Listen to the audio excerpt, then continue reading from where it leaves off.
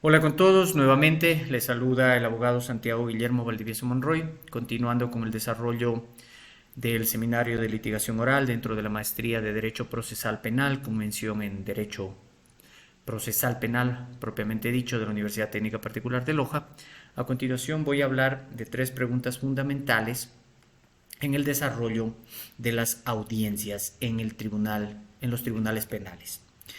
La pregunta, vamos a responder las siguientes interrogantes dentro de la actividad 4, que es el ejercicio práctico, en calidad de ensayo y video final. ¿Cómo se desarrolla una audiencia de juicio? Primero, se verifica la presencia de los sujetos procesales. Estos son fiscalía, persona procesada, víctima o acusador particular, en el caso de haberlo, defensa particular o pública de la parte procesada, defensa particular o pública de la víctima, la integración del Tribunal de Garantías Penales y verificación y asistencia de testigos y peritos anunciados por los sujetos procesales.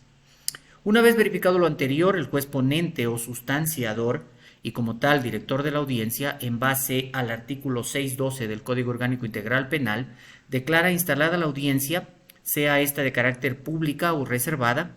y en el caso de ser reservada sin la presencia de público. Seguidamente y conforme al 614 del mencionado COIP, el juez ponente concederá la palabra a los sujetos procesales para que expongan sus alegatos de apertura en el siguiente orden: fiscalía, víctima o acusador particular, nuevamente de ser el caso, de haberlo, defensa particular o pública de la víctima, defensa particular o pública de la parte procesada, previo a conceder la presentación y práctica de las pruebas. A continuación, y de acuerdo al 615 del Código Orgánico Integral Penal, y en el mismo orden establecido, se ordenará la práctica de pruebas solicitadas por Fiscalía, la víctima, la defensa pública o privada, así como también de la parte procesada a través de su defensa pública o privada, teniendo en cuenta que al existir dos o más víctimas y dos o más procesados, se concederá sucesivamente la palabra a todos las y los acusadores en el caso de intervenir en esa calidad, así como también a todas las personas acusadas según corresponda.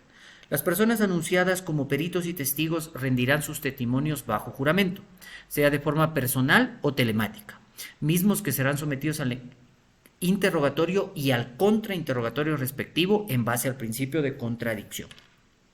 Su testimonio no podrá ser sustituido por lectura de las versiones, informes periciales o partes informativos que únicamente se utilizarán para refrescar la memoria o establecer contradicciones. Los peritos deberán exponer sobre el contenido de sus informes con especial atención en sus conclusiones, debiéndose asegurarse de que tanto peritos y testigos no se comuniquen entre sí, ni ver, ni oír, ni ser informados del desarrollo de la audiencia.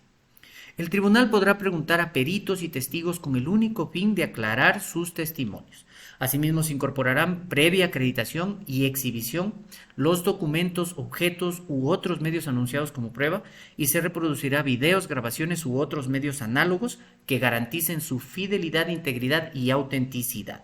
De solicitarse prueba nueva, conforme prevé el 617 del COIP, por parte de los sujetos procesales, para lo cual se deberá justificar por quien lo solicite de no conocer de su existencia, sino hasta ese momento, así como la misma tiene que ser relevante para el momento procesal. Concluida la práctica de prueba, por así establecerlo el 618, los sujetos procesales presentarán sus alegatos de clausura o cierre, valorando la prueba por ellos practicada e incorporada para alegar sobre la existencia penal juzgada, como la responsabilidad de la persona procesada y la pena aplicable, que en igualdad de condiciones expondrá la defensa, y en una segunda intervención se desarrollarán las réplicas, siendo siempre la última intervención de la persona procesada.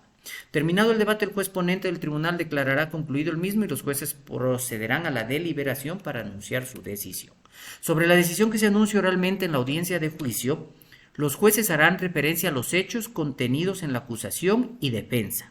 determinando la existencia o no de la infracción acusada, así como la culpabilidad o ratificatoria de estado de inocencia de la persona procesada. De declarar la culpabilidad de la persona procesada, se individualizará la responsabilidad y la pena de las o las personas acusadas, disponiendo la reparación integral a la víctima siempre que sea identificable, ordenándose las medidas cautelares que estime pertinente para el cumplimiento de la pena. En caso de ratificar la inocencia de la persona procesada y si la misma se encontrase privada de su libertad, se ordenará valga la redundancia, su inmediata libertad y la cancelación de las medidas cautelares irreales impuestas en su contra, independiente de los recursos que se puedan plantear. El tribunal impondrá la pena corporal correspondiente con la aplicación de atenuantes y agravantes debidamente justificadas conforme al mínimo y máximo de la pena establecida para el tipo penal. La sentencia escrita y debidamente motivada se hará conocer posteriormente a los sujetos procesales en las casillas y correos electrónicos señalados para el efecto. La siguiente pregunta: ¿qué diligencias son primordiales en un delito de naturaleza sexual? Disponer por parte de Fiscalía General del Estado a cargo del caso las siguientes diligencias: receptar el testimonio de la presunta víctima, presencial o anticipado, de ser el caso, con el cumplimiento del principio de contradicción por parte de los sujetos procesales. Ordenar la práctica de la evaluación médico-legal por el perito designado por sorteo de ley por parte de Fiscalía en su calidad de titular de la acción penal pública, es decir, de la investigación. La valoración psicológica de la presunta víctima por parte del perito psicólogo de la Fiscalía, el reconocimiento del lugar de los hechos y vestigios de haberse encontrado, receptar, en caso de haberlo, versiones de posibles testigos que puedan aportar información sobre el hecho. Y por último, en nuestra legislación, ¿cuáles son los delitos de naturaleza sexual y sus diferencias? Conforme el capítulo 2, sección 4 del COIP de los delitos contra la integridad sexual y reproductiva, estos son: la inseminación no consentida, la privación forzada de la capacidad de reproducción, el acoso sexual, el estupro, la distribución de material pornográfico a niñas, niños y adolescentes, corrupción de niñas, niños y adolescentes, abuso sexual, violación, violación incestuosa, utilización de personas para exhibición pública con fines de naturaleza sexual, contacto con finalidad sexual con menores de 18 años por medios electrónicos y, por último, oferta de servicios sexuales con menores de 18 años por medios electrónicos. La principal diferencia de los delitos de carácter sexual radica específicamente en el acceso o no acceso carnal con la víctima, como lo es el acoso sexual, el abuso sexual, y con acceso carnal en los delitos de violación, violación incestuosa, dependiendo de esto la pena y la sanción de acuerdo a las edades de la víctima. Hasta aquí mi pequeña intervención, espero haya sido suficiente para concluir con el seminario de litigación oral. Hasta una próxima.